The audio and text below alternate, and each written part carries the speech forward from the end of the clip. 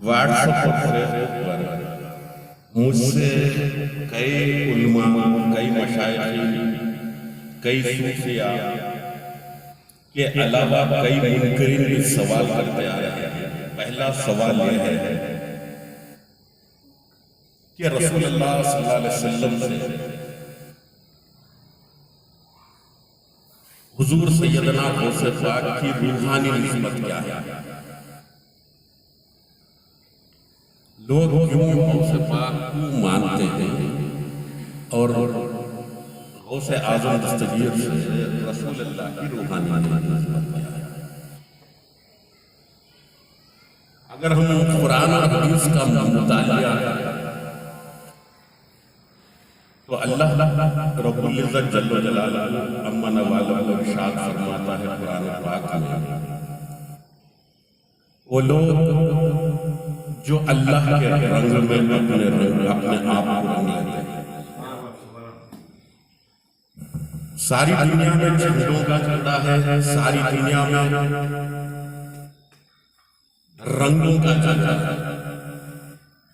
کوئی لال رنگ کو مقدس سمجھ رہا ہے، کوئی ہرے رنگ کو مقدس سمجھ رہا ہے، کوئی کالے رنگ کو مقدس سمجھ رہا ہے، کوئی گیروے رنگ کو مقدس سمجھ رہا ہے، لیکن قرآن پاک کہتا ہے صبغۃ اللہ احسن الصبغہ۔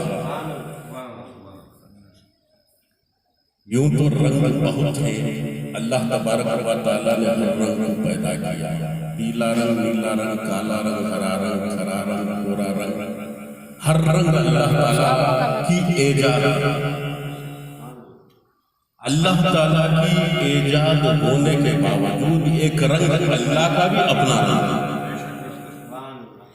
ایک رنگ اللہ کا بھی اپنا رنگ ہے۔ اس درباب کو اللہ تعالیٰ قرآن میں فرماتا ہے صبغۃ اللہ کا رنگ۔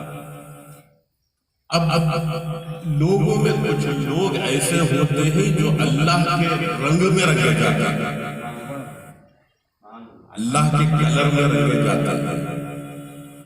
جب بندہ اللہ کے کلر میں رنگا جاتا ہے تو اللہ تعالیٰ نے احسن الصبغہ، کتنا اچھا ہے، کتنا بہتر ہے وہ رنگ جو اللہ کا رنگ ہے۔ اب اللہ کا رنگ کیا ہے؟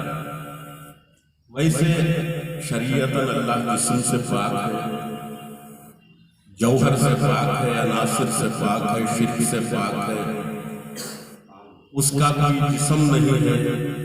اللہ کی ذات کسی مکان میں قید نہیں ہے، اللہ کی ذات کسی جسم میں قید نہیں ہے، اللہ کی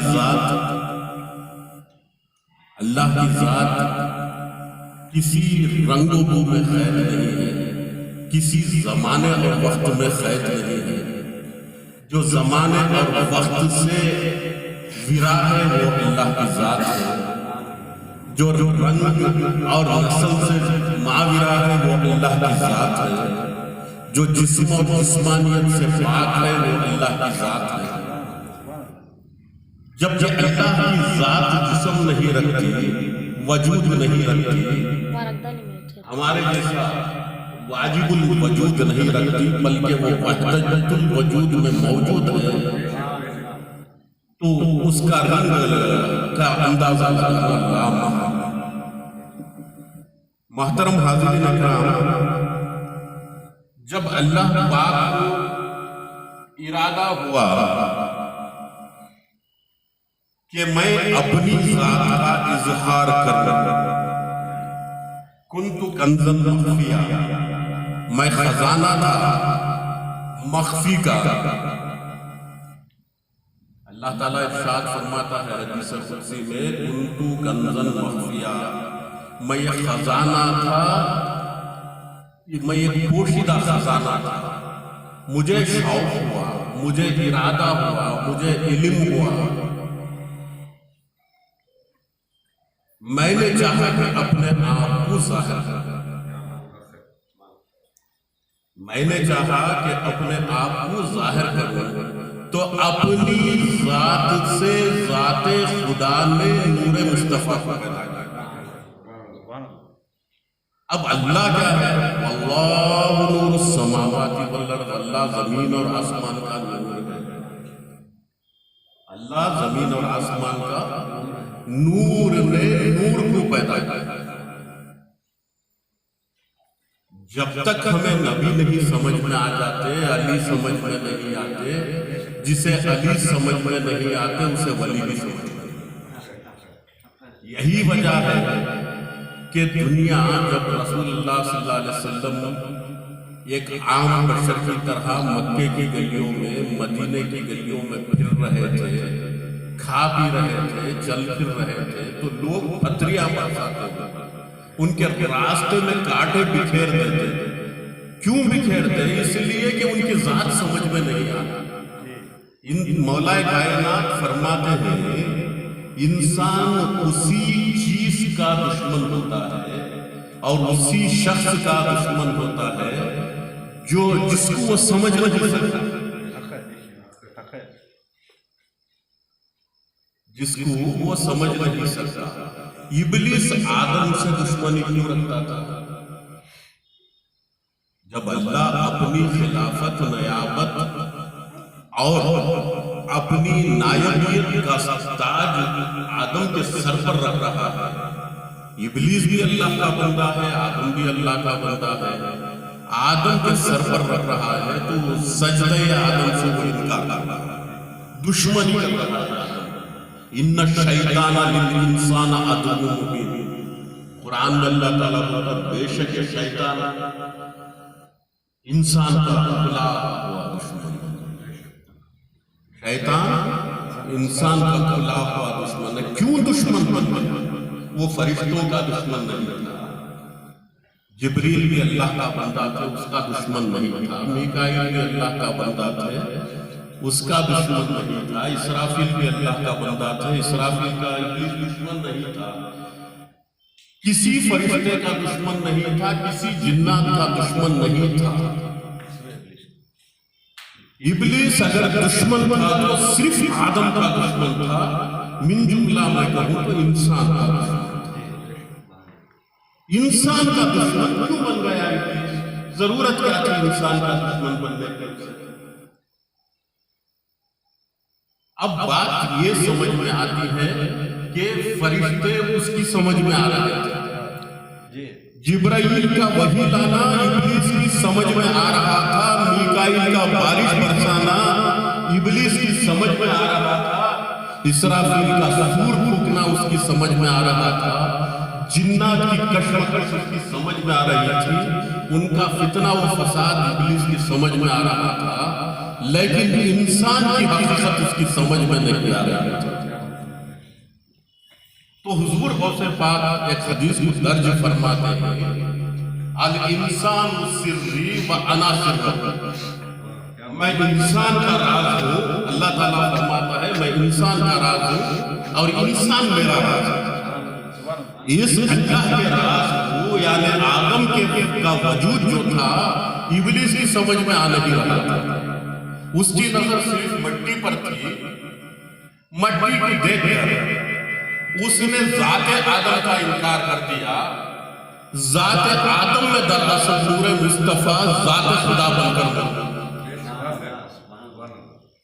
ذات آدم میں نور مصطفیٰ ذات خدا بن کر موجود تھا۔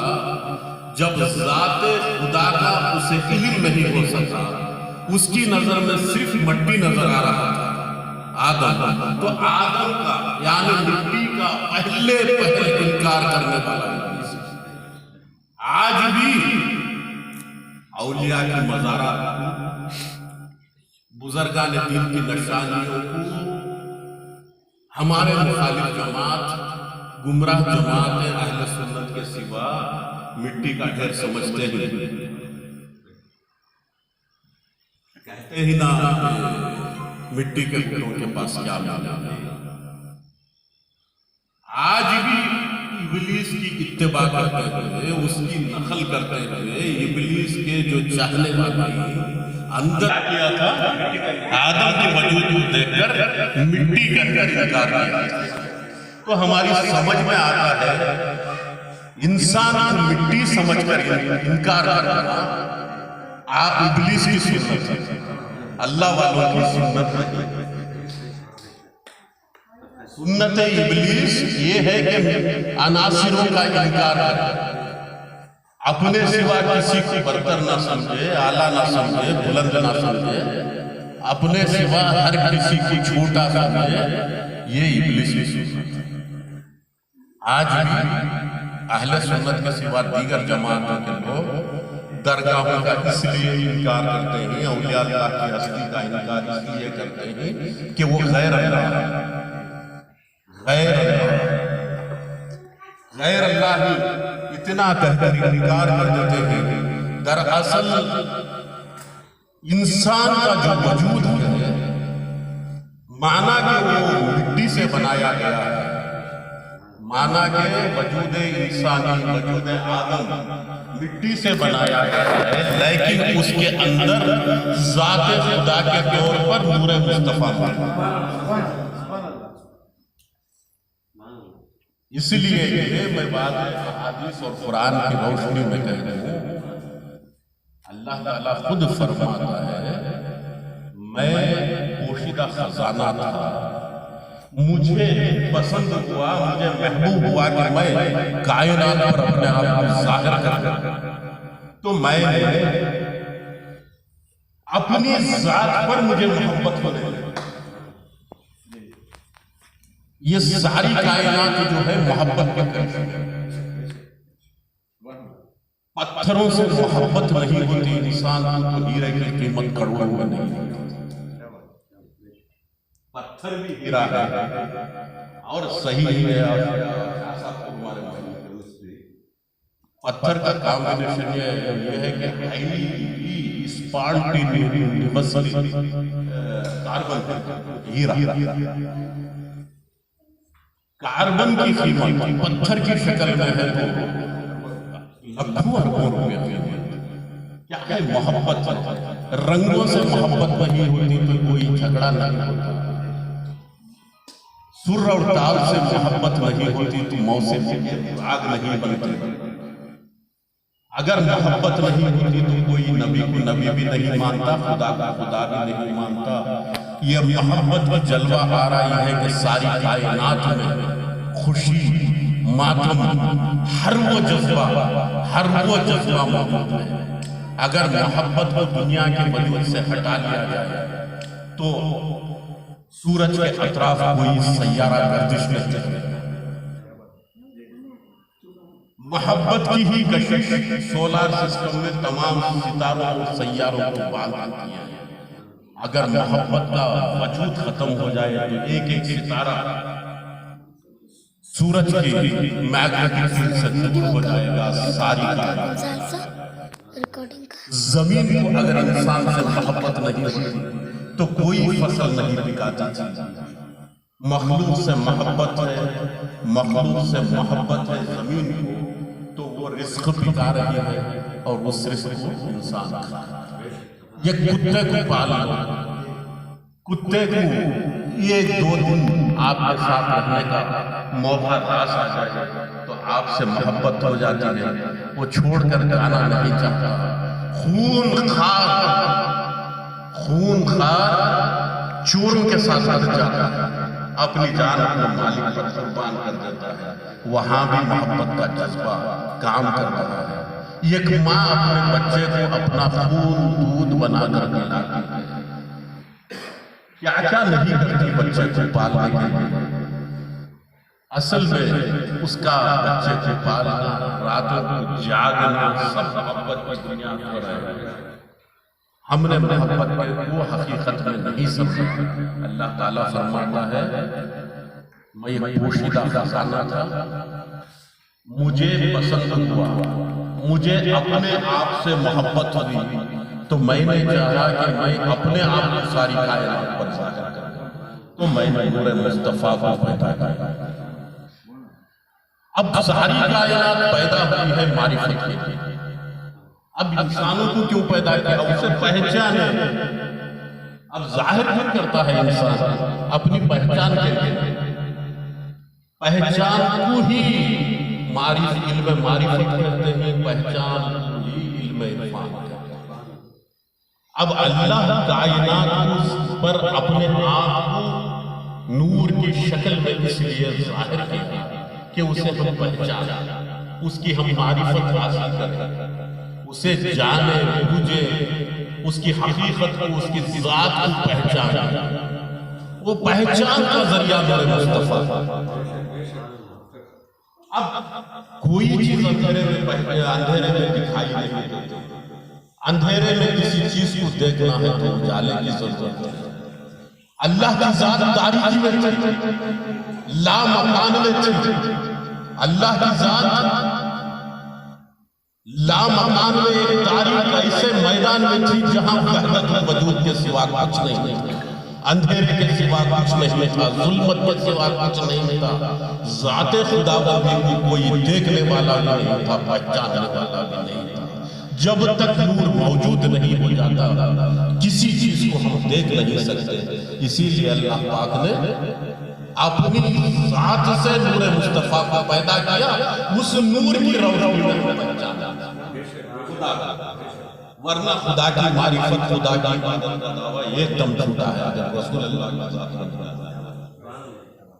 اللہ کے رسول صلی اللہ علیہ وسلم پھر فرماتے ہیں یہ ساری کائنات کا وجود میرے لیے سے اول ما خلق اللہ من، اللہ تعالیٰ سب سے پہلے کائنات میں میرا نور بنایا۔ لولا لمن افلاک والعارفین، مجھے میرے نور کو بنانا، میری ذات کو کی معرفت کو پیش کرنا اگر اللہ کا مقصد نہیں ہوتا تو میں زمین و آسمان کے وجود کو نہیں بناتا۔ کائنات میں زمین و آسمان نامی کوئی شے نہیں ہوتی تھی اگر اللہ تعالیٰ اپنے نبی کے نور کو ان کی ذات میں نہیں۔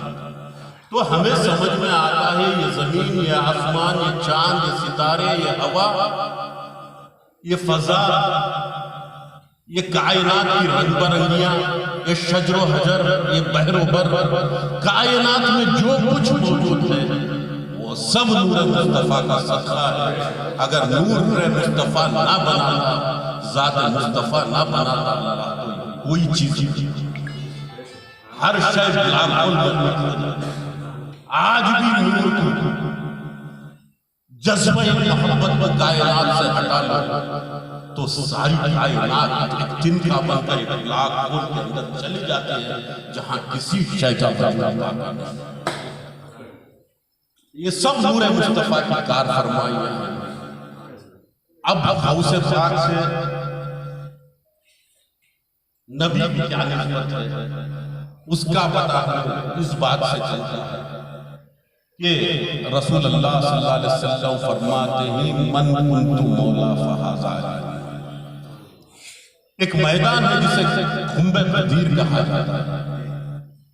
غدیر کے میدان میں اللہ کے نبی حجۃ الوداع کے بعد اپنے سارے صحابہ کو جمع کرتے ہیں، سارے صحابہ کو جمع کرتے ہیں، جمع کر کے اعلان فرماتے ہیں۔ سارے صحابہ پوچھتے ہیں یا رسول اللہ کبھی آپ نے تمام صحابہ کو اکٹھا نہیں، ہر صحابہ، ہر گروپ کے، ہر ڈپارٹمنٹ کے صحابہ کی محفلیں علیحدہ ہوتی، مجلسیں علیحدہ ہوتی، ہر کسی کے سامنے علیحدہ باتیں ہوتی، کسی کے سامنے معرفت بیان کی جاتی، کسی کے سامنے شریعت کی باتیں ہوتی، کسی کے سامنے سائنس اور ٹیکنالوجی کی باتیں ہوتی، کسی صحابی کے سامنے میڈیسن کی باتیں ہوتی۔ بہرحال ہر صحابہ کے ایک ایک گروپ، اصحاب صفا کے سامنے تصوف کی باتیں ہوتی، اصحاب ارشاد کے سامنے شریعت کی باتیں ہوتی، اصحاب طریقت کے سامنے طریقت کی باتیں ہوتی، خلفائے راشدین کے سامنے خلافت، عدل و انصاف، حکومت سازش کی باتیں ہوتی، اصحاب جنگ و جدال کے سامنے جنگ لڑنے کے طریقے وہ باتیں ہوتی۔ ایک گروہ تمام کو اکٹھا کر کے کوئی بات کبھی نہیں ہوئی تھی۔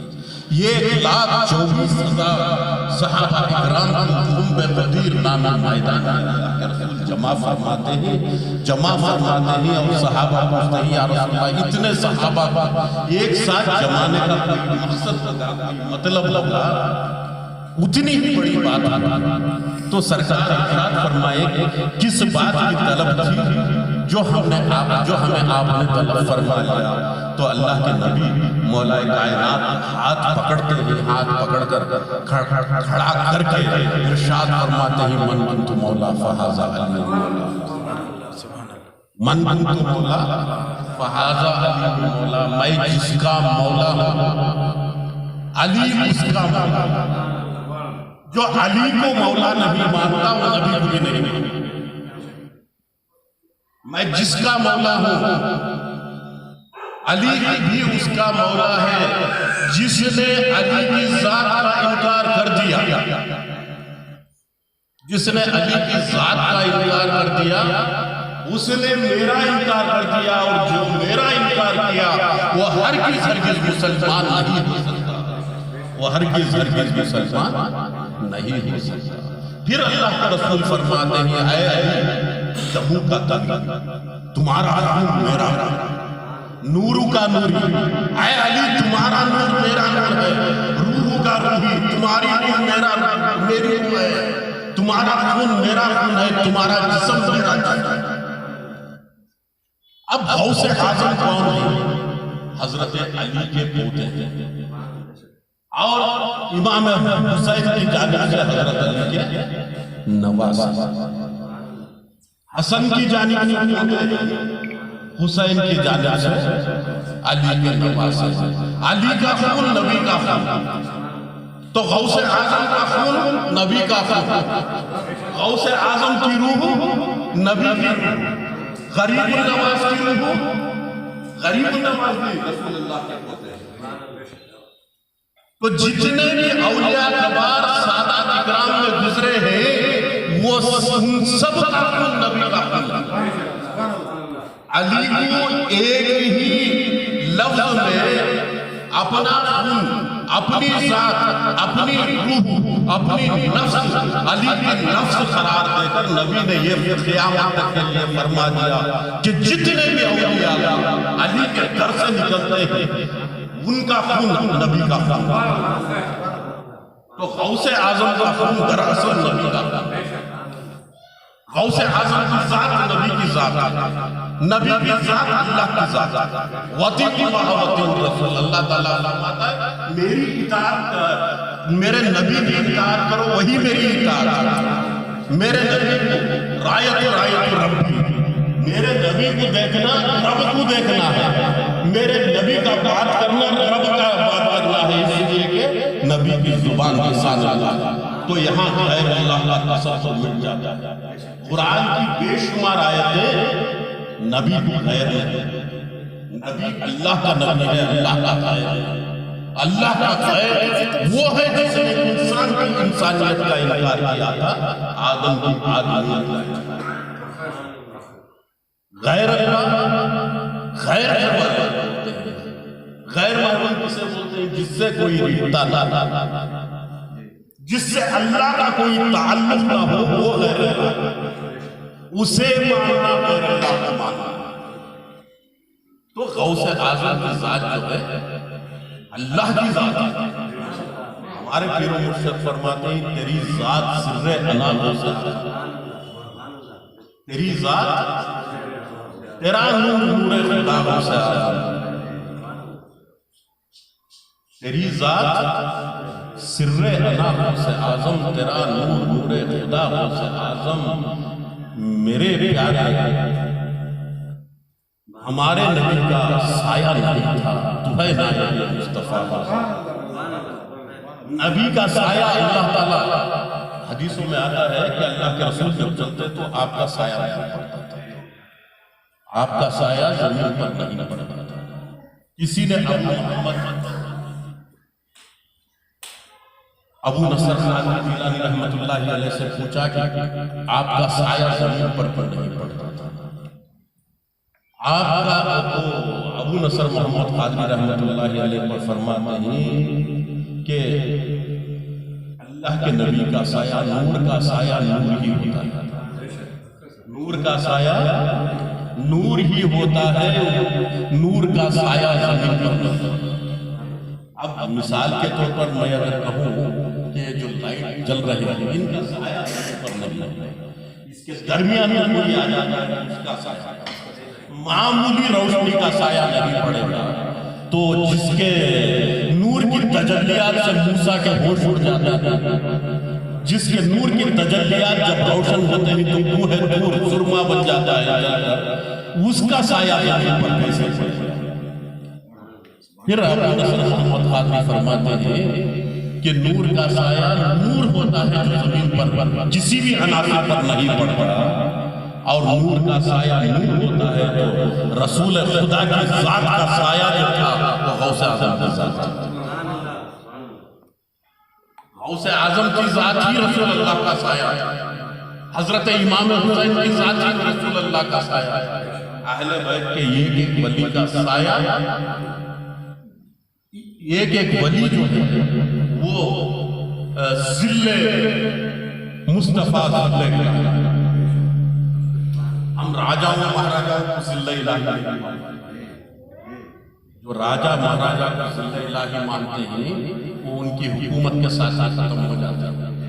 یہ سلسلہ امام مہدی تک چلتا ہے تو نہیں مانتے۔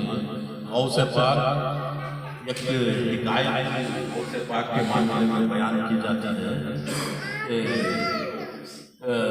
حضرت ویس عالم ارواح میں کروڑوں سال عالم ارواح میں کروڑوں سال سے منتظر تھے کہ رسول خدا کا معراج ہوگا، تو معراج کی شب رسول خدا کے وہ اپنا کاندھا دھوگا تاکہ وہ لامکان کی بلندی پر پہنچ جائے، میرے کاندھے پر پیر رکھ کر لامکان کی بلندی پر پہنچ جائے۔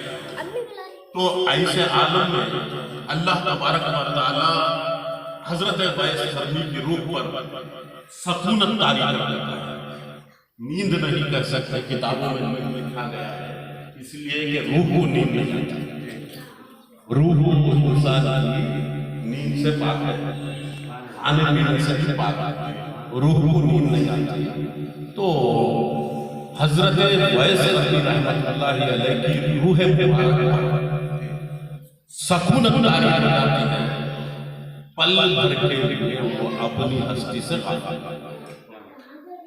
پل بھر کے لیے عالم ارواح میں اپنی ہستی سے غافل ہو جاتا ہے۔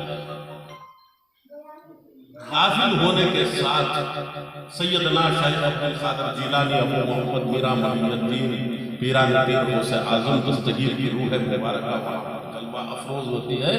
رسول خدا صلی اللہ علیہ وسلم معراج کی شب آپ کے کاندھے پر قدم رکھ کے عرش کی بلندی پر پہنچ جاتے ہیں، جہاں رف رف بھی نہیں جاتا، جہاں براق بھی نہیں جاتا۔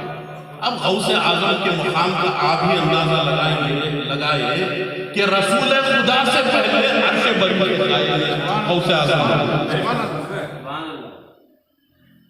رسول خدا کی بعد معراج نہیں ہے، پہلے غوث اعظم کی معراج ہے۔ غوث اعظم بذات خود وہاں پہ عرش بری پر موجود ہیں اور رسول اللہ کو اپنا کاندھا پہ کر رہے ہیں تاکہ کاندھے کو زینہ بنا کر، زینہ مطلب سیڑھی بنا کر عرش کی بلندی پر چڑھ کر، تو جیسے غوث اعظم کے کاندھے پر رسول خدا قدم رکھ رہے ہیں تو فرماتے ہیں آپ کا قدم ہر قدم، یہ غوث اعظم کے دور میں ڈیسائیڈ نہیں ہوا، یہ عالم ارواح میں ہی ڈیسائیڈ ہو گیا ہے۔ غوث اعظم کے زیر قدم ہر قدم، جو اپنے کاندھے کو غوث اعظم کی بارگاہ میں پیش نہیں کرتا ان کا قدم رکھنے کے لیے وہ ولی نہیں ہو سکتا۔ تو ہماری سمجھ میں یہ آتا ہے کسی بھی سلسلے کا فرد کیوں نہ ہو، چشتی، قادری، نقشبندی، اگر وہ غوث اعظم کی ذات کا انکار کرتا ہے تو وہ نبی کے قدموں کا انکار کرتا ہے، اس لیے کہ غوث اعظم کے کاندھے پر نبی کا قدم ہے، یہ ازل سے چلا آ رہا ہے۔ تو غوث اعظم کا تعلق ایسا ہے۔ اب لوگ دنیاوی زمانے میں چاند اور سورج کے دنوں کا کاؤنٹ کرتے ہیں، ذات حیثیت کا انکار کرتے تو کچھ نہیں کر سکتے۔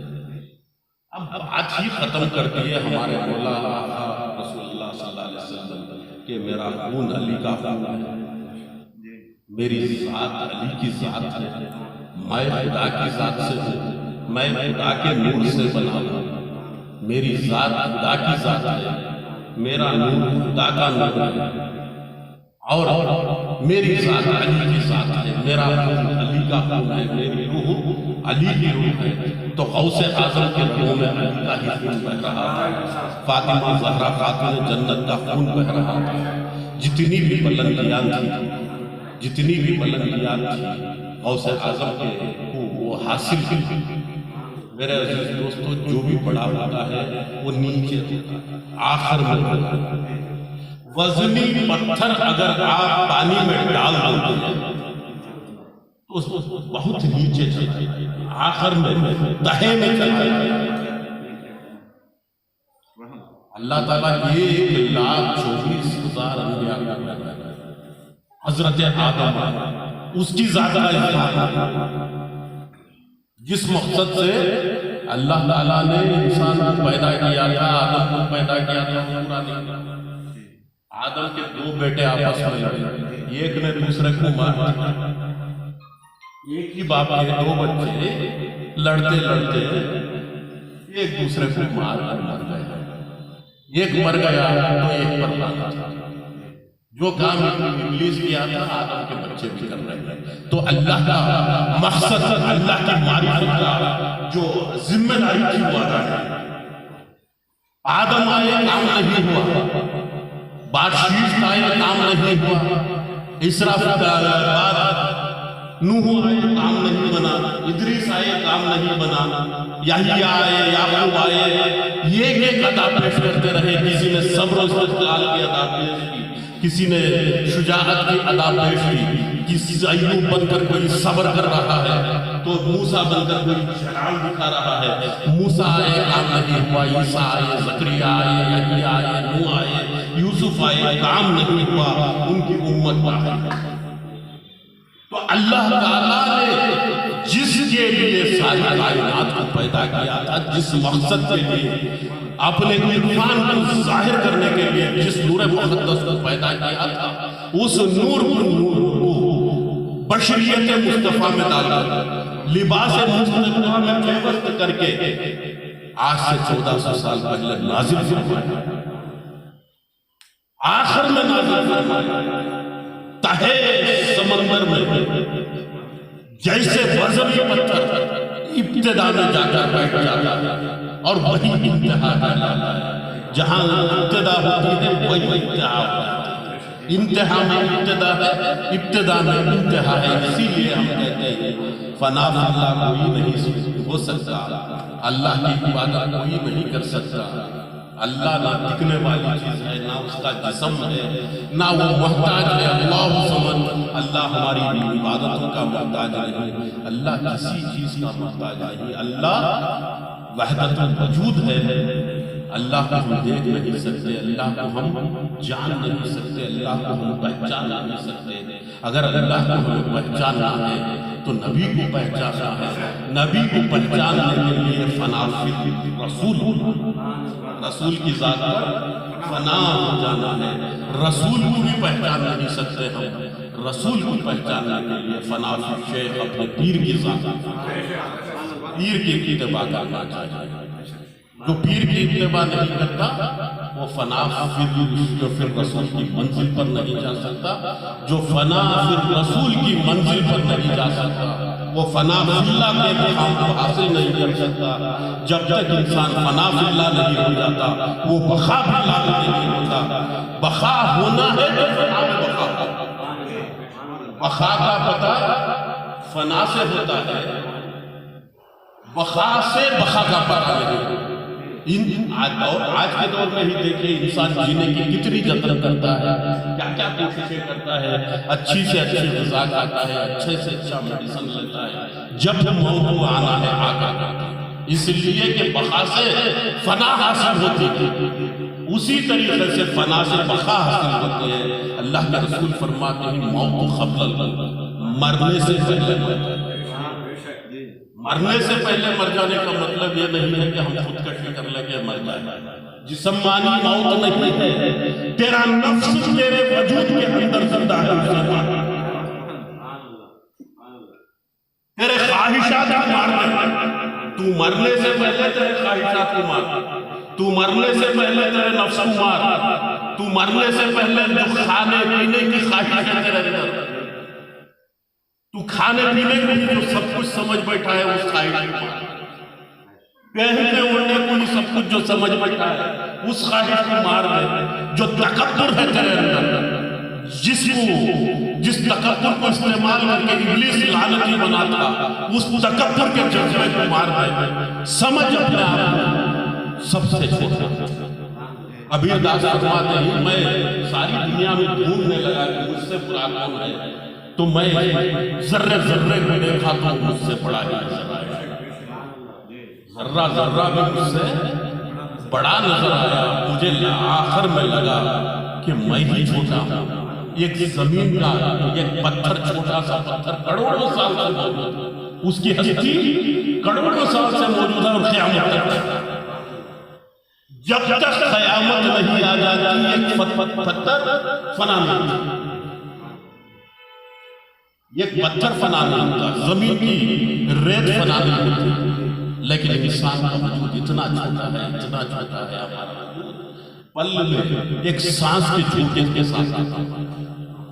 تو کبیر داس کو محسوس ہوتا ہے کہ ساری کائنات میں جتنے بھی چیزیں ہیں وہ لاکھوں سال سے موجود ہیں اور باہر بھی رہی ہیں.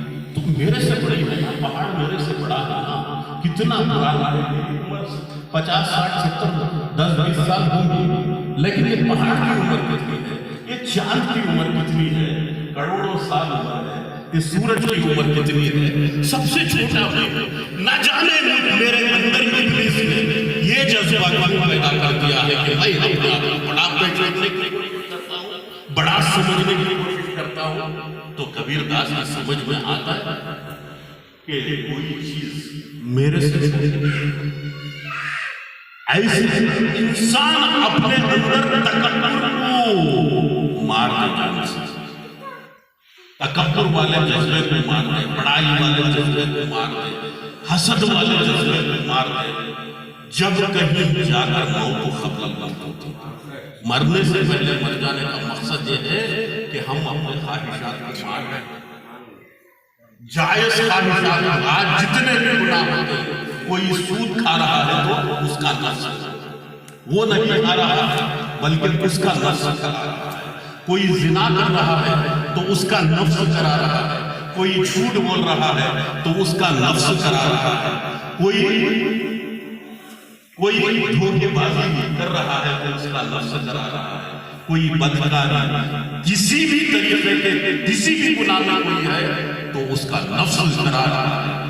تو موت قبل الموت کا معنی یہ ہے کہ غوث پاک فرماتے ہیں تم اپنے نفس کو مرنے سے پہلے، جب تمہارا نفس اللہ کی ذات میں فنا ہو جائے گا تو اللہ کی ذات کا جو نور ہے تمہارے وجود پر داخل ہو جائے گا.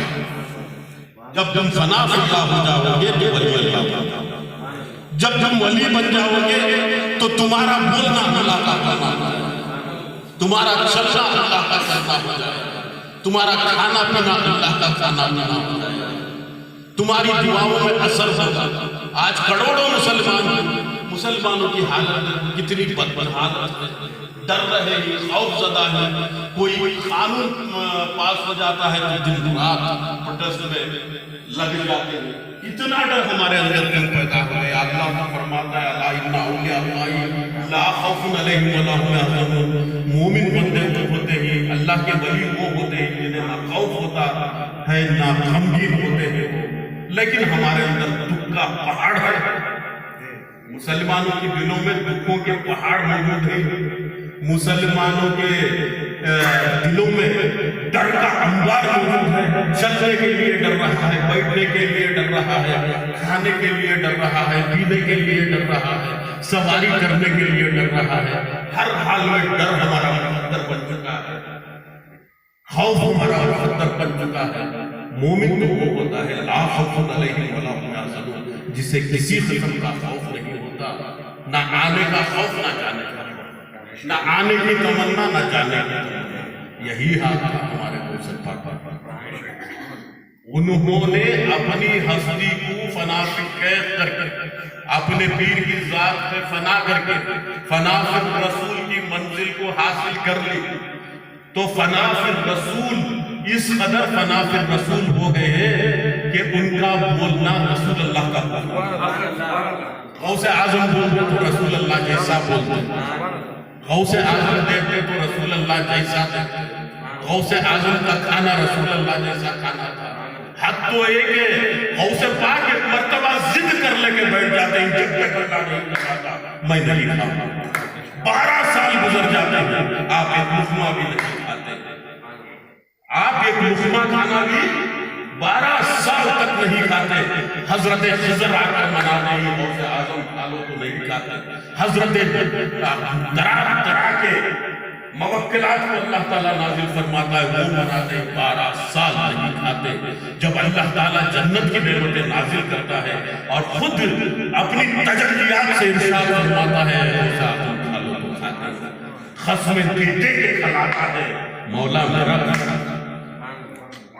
کیا بولو؟ اعلیٰ حضرت فرماتے ہیں خصم دے دے کے کھلاتا ہے مولا میرا۔ منا منا کے جسے کھلاتا ہے اللہ، وہ غوث ہے۔ جو سود کے پیسوں میں، مکاری کے پیسوں میں، ٹھگی کے پیسوں میں لوگوں کو لوٹ کر لوگوں کو دھوکہ دے کر کھاتا ہے، وہ عامل ہے۔ اللہ والا وہ ہے جسے اللہ منا کے کھلاتا ہے۔ اللہ والا وہ ہے جسے اللہ منا کے کھلاتا ہے۔ دنیا دار وہ ہے جو اپنے کھانے کے لیے جیتا ہے، جینے کے لیے نہیں کھاتا، کھانے کے لیے جیتا ہے۔ اللہ کو بھی ناراض کر لیتا ہے، اللہ والوں کو بھی ناراض کر لیتا ہے، ان کی کوئی دعائیں قبول نہیں ہوتی جب تک کہ ہم حلالی کھانا اپنی زندگی میں نہیں کھاتے۔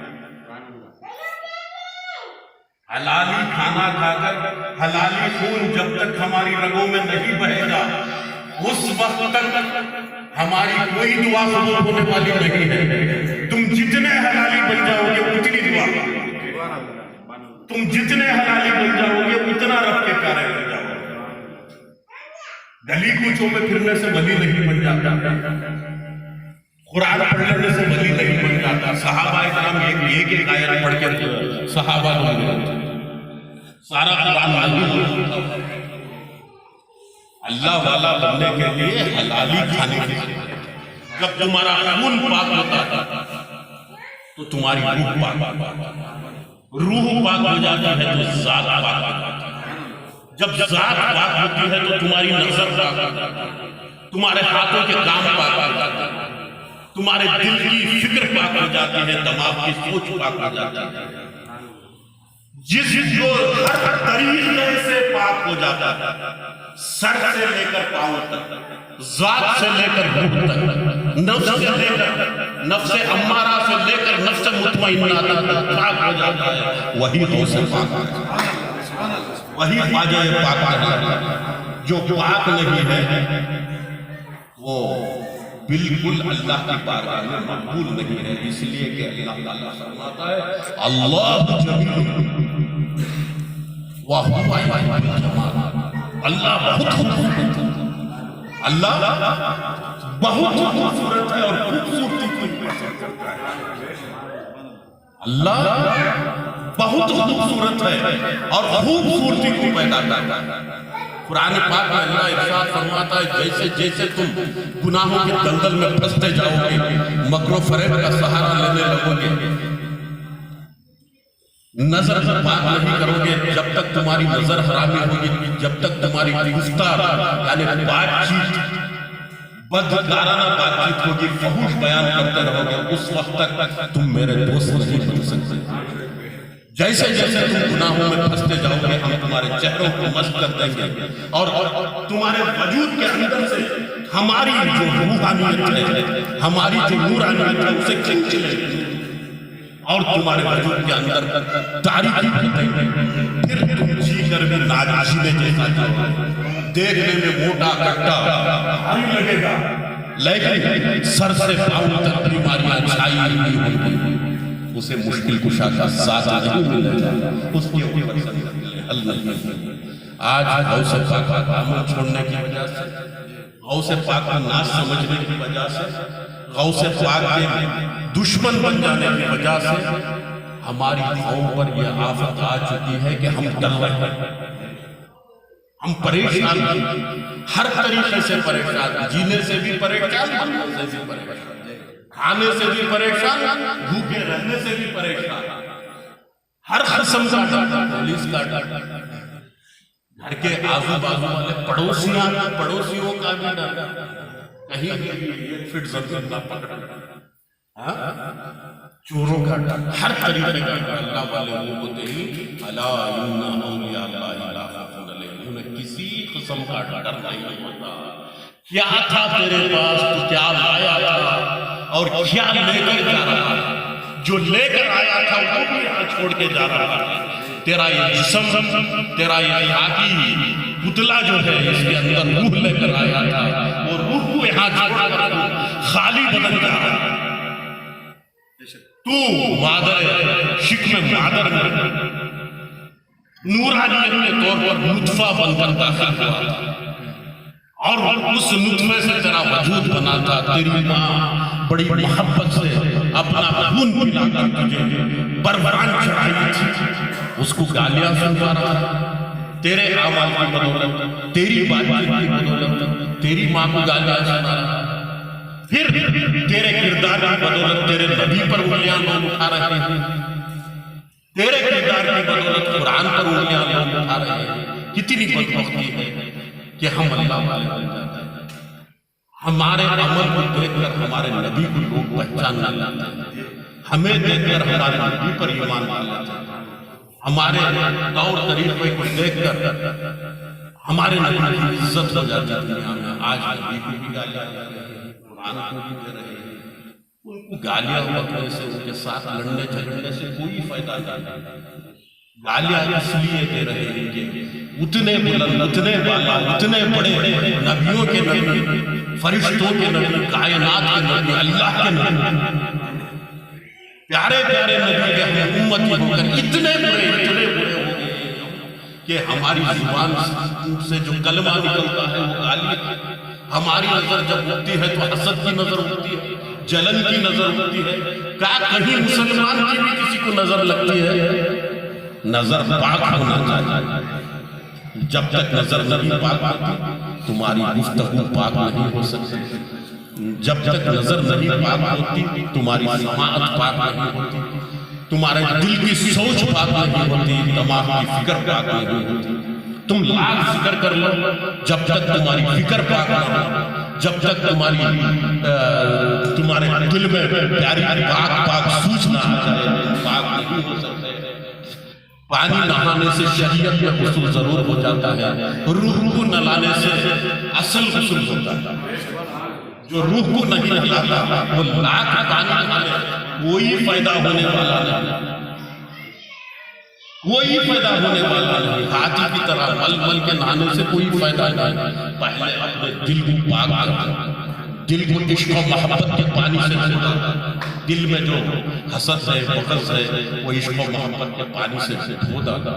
جب دل پاک ہو گیا تو تمہارے اندر اچھے اچھے خیالات آئے، کسی پر بھی تمہاری نظر پڑے گی تو ماں بہن سمجھ کر پڑے گی۔ جب دل پاک نہیں ہے تو نظر برا گی، جب دل پاک نہیں ہے تو زبان سے گالیاں نکلیں گی، جب دل پاک ہو جائے گا تو زبان سے نبی کی نعتیں نکلیں گی، نبی پر درود و سلام نکلیں گے، اور راستے میں جانے والے کو بھی تم بات کرو گے تو اتنی میٹھی بات کرو گے وہ تمہیں بار بار بات کرنے کے خواہش کرنے لگے۔ یہی ہمارے نبی کا طریقہ تھا، یہی غوث اعظم کا طریقہ تھا۔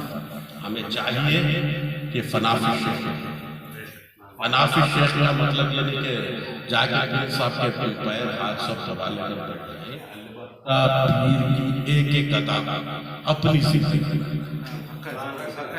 ہمارا بولنا ہمارے پیر کے جیسا۔ آج اللہ کی تعریف کیوں کرتے ہیں؟ ان کے کردار کی تعریف کرتے ہیں۔ وہ چلتے تھے تو ایسا چلتے تھے، وہ بولتے تھے تو ایسا چلتے تھے، وہ کھاتے تھے تو اچھا نفس پرستوں کی طرح چھین چھپٹ کے نہیں کھاتے تھے، بھوکے رہ جاتے تھے، پھٹا پرانا کرنے لگتے تھے، لیکن مولا کو ناراض نہیں کرتے تھے.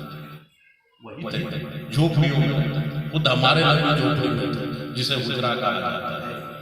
عائشہ کا حجرہ تھا، ام المومنین عائشہ کا حجرہ تھا. کھجور کی پتی کی جھوپڑی کو، جھوپڑے کو حجرہ کہا جاتا ہے. تو ہمارے نبی خود حجرے میں تھے. ہم جن چیزوں کو دیکھ کر آج اللہ والوں کا انکار کر رہے ہیں، وہ چیزیں ہمارے لیے فخر کی حاصل ہیں. ہمارے بزرگوں کی جن چیزوں کو، جن کاموں کو دیکھ کر، آج کے دور میں جن کاموں کو دیکھ کر انکار کر رہے ہیں، ان کاموں پر زمانہ سلام بھیجتا ہے. ہم سلام میں کیا کرتے ہیں؟ سلام اس پر کہ جس نے بادشاہی میں فخری کی، سلام اس پر کہ جس کے گھر میں چاندی چکنا سونا تھا، سلام اس پر کہ جس کا پھٹا بوریا بچا تھا. کل تک ہم پھٹا بوریے پر بیٹھنے والے پر سلام بھیجتے تھے. آج اگر کوئی اللہ والا پھٹے بوریے پر بیٹھتا ہے تو اسے اللہ والا، اللہ والا پھٹے بوریے پر بیٹھتا. جو کی روٹی سوکھی منہ کی کھا لینا اللہ والا ہونے کا ثبوت ہے. مرسیڈیز میں پھرنا اللہ والا ہونے کا ثبوت نہیں. بڑے بڑے محلات میں رہنا اللہ والا ہونے کا ثبوت نہیں. میرے خواجہ ہندوستان میں تشریف لائے تو 2.5 دن کا جھوپڑا بنا، جھوپڑے میں رہنا، ہندوستان کا راجہ بنا. اکبر اعظم جیسے فتح پور سیکری کے محلوں میں رہنا، لال قلعہ بننا راجہ ہونے کا ثبوت نہیں. وہ راجہ صرف 40-50 سال تک لوگوں کا راجہ تھا، لیکن لوگ دل سے راجہ نہیں مانتے تھے، زبان سے مہابلی اکبر اعظم کہتے تھے. جب 2.5 دن کی جھوپڑی بن کر خواجہ غریب النواز اپنے جھوپڑے میں سوکھی منہ کی کھا کر 90 لاکھ آدمیوں کو مسلمان بنا دیے، تو ویسے راجہ بننے کے لیے سوکھا منہ کا کھانا بھی پڑتا ہے، پریشان حال زندگی بھی گزارنا پڑتی ہے. جب تک ہم یہ نہیں کریں گے، جب تک ان چیزوں کی ہم عزت نہیں کریں گے، تب تک اللہ والے ہم نہیں بن سکتے. ہارون کے پاس بہت خزانہ تھا، پیسے والی امتی کب تک بن کر پھٹے بوریے پر بیٹھنے والے جس کے کرتے میں 72 بیگم تھے اس کے ہم امتی ہیں. ہارون کے امتی نہیں، ٹاٹا ٹاٹا کے امتی نہیں، ٹاٹا برلا کے ہم امتی نہیں، ہارون کے بھی نہیں. ہم پھٹے بوریے پر جو بیٹھا تھا اس کے امتی ہیں، اور سارا زمانہ اسی پر آج سلام بھیجتا ہے. ہارون، شداد، فرعون، یزید جیسے بادشاہوں پر لعنت بھیجتے ہیں. دنیا کی دولت ان کے پاس تھی، دنیا کی خزانہ تھا، لیکن قیامت تک ان پر لعنت ہو رہی ہے. اگر ساری کائنات کسی پر سلام کر رہی ہے تو ان لوگوں پر سلام کر رہی ہے جو پھٹے بوریے پر بیٹھتے تھے، سوکھی موکی کھاتے تھے، لیکن اللہ اور اللہ والوں کا راستہ نہیں چھوڑتے تھے، کسی کا دل نہیں دکھاتے تھے. اسی لیے کہتے ہیں سلام اس پر کہ جس نے بادشاہ میں فخری کی، سلام اس پر کہ جس کے گھر میں چاندی تھی نہ سونا تھا، سلام اس پر کہ جس کا پٹھا بوریا بچھوڑ. میری گزارش ہے تم سب لوگوں سے کہ اللہ کے راستے میں، سلسلے کے راستے میں یہ مت سوچو کہ اچھا ہی ہوتا ہے. اگر صحابہ دولت مند ہو جانا بیعت کرنے کی نشانی سمجھتے ہیں، اگر صحابہ اکرام آرام سے جی لینے کے لیے بیعت کرتے تو نبی کے پیچھے بدر میں شہید نہیں ہوتے تھے، پیٹ پر 7 خطرے نہیں باندھتے تھے. آج ہمارے لوگوں میں بیعت کا اصول بھی بدل گیا ہے. لوگ بیعت کر رہے ہیں تو صرف کس لیے کر رہے ہیں؟ نبی کی بیعت نہیں کر رہے ہیں. بیعت کے آڑ میں ہارون اور شداد کی بیعت کر رہے ہیں، یزید اور شمر کی بیعت کر رہے ہیں. بیعت اصل میں اس وقت ہوتی ہے جب ہم بیعت کر رہے ہیں تو پہلے اس بات کا اقرار کر لے کہ میں نے نبی کا راستہ چن لیا ہے، میں نے اللہ کے رنگ میں اپنے آپ کو رنگنے کی کوشش کی ہے، میں سارے دنیا کے لوگوں کو چھوڑ دیا، فرعون کا رنگ چھوڑ دیا، شداد کا، نمرود کا، سب کا رنگ چھوڑ دیا، سارے جھنڈوں کا رنگ چھوڑ دیا، اللہ کا رنگ کو میں نے اپنا لیا ہے۔ اس رنگ کو، اس رنگ میں نہا لینے کے بعد، اس رنگ میں رنگ جانے کے بعد حضرت امام حسین کے جیسا شہادت کا بھی موقع آ سکتا ہے، حضرت علی اکبر جیسا اپنے بچوں کو قربان بھی کرانا پڑتا ہے، حضرت قاسم کی جوانی بھی بتانا بھی پڑتا ہے، اور مال و دولت کو قربان بھی کرنا پڑتا ہے۔ جب تک میں نبی والا نہیں ہو سکتا، اگر صحابہ کا ایمان ہمارے اندر پیدا ہو گیا، بزرگان دین کا ایمان پیدا ہو گیا، تو اللہ ہمیں کبھی محتاج نہیں رکھے گا۔ جس کے ہاتھ میں ساری کائنات کے خزانوں کی کنجیاں ہیں، وہ کبھی انسان ہر حالت میں محتاج نہیں رکھے گا۔ ضرورت پڑنے پر پیسے بھی مراد آ جائے تو ایمان کے راستے سے نہیں ہٹنا ہے۔ اسی بات کے عہد و اقرار کو ہر حال میں میرا جو جاتا ہے جانے کا، میرے پاس کیا کچھ رہتا ہے رہنے جو نہیں رہتا ہے تو نہیں رہنے دو۔ کسی بات کی چنتا، کسی بات کا ڈر، کسی بات کا فیر، اگر مجھے ڈر ہے تو میرے مولا کے ناراض ہو جانے کا ہے، اگر مجھے ڈر ہے تو میرے رسول کے ناراض ہو جانے کا ہے، اگر مجھے ڈر ہے تو میرے پیر کے ناراض ہو جانے کا ہے۔ اتنی بات